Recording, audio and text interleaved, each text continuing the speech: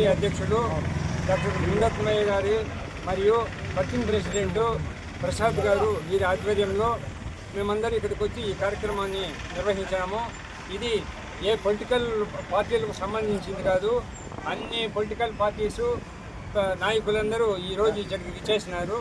ఈ కార్యక్రమంలో పాల్పంచుకున్నారు. అందులోనూ మనకు ఇక్కడ ఈ మదనపల్లిలో ఈ శ్రీకృష్ణదేవరాయలు విగ్రహము ప్రత్యేకంగా నెలకొల్పడము చాలా విశేషము. ఆంధ్ర రాష్ట్రంలోనే ఇది ఒక గొప్ప కీర్తి కార్యక్రమంగా మేము భావిస్తున్నాము. ఇక అమరావతిలో కూడా త్వరలో 100 అడుగుల విగ్రహము శ్రీకృష్ణదేవరాయల విగ్రహము ప్రతిష్ఠించబోతారు.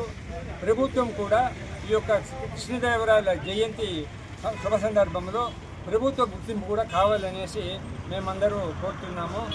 మరి ముఖ్యంగా ఈ కార్యక్రమంలో చేసినటువంటి పుర ప్రముఖులకు మన ప్రసాద్ గారు ఈ శుభ సందర్భంలో ఒక మంచి కృష్ణదేవరాయల గురించి కవిత కూడా చదివి వినిపించినారు.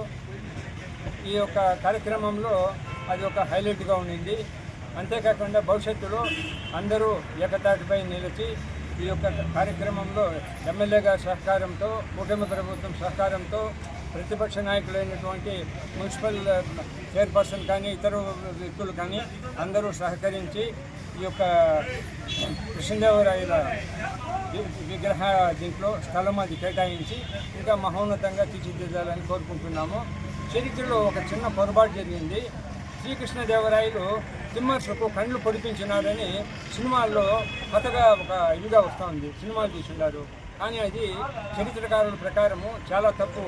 కృష్ణదేవరాయలు తిమ్మర్సు కన్ను పొడవలేదు. ఈ ఇనుప చువ్వలతో అగ్ని కొలిమిలో పెట్టి ఆయన కళ్ళు పొడిపించినట్లు ఈ సినిమాల్లో చూపిస్తున్నారు. అది చరిత్ర సత్యం కాదు. ఆయన శ్రీకృష్ణదేవరాయలు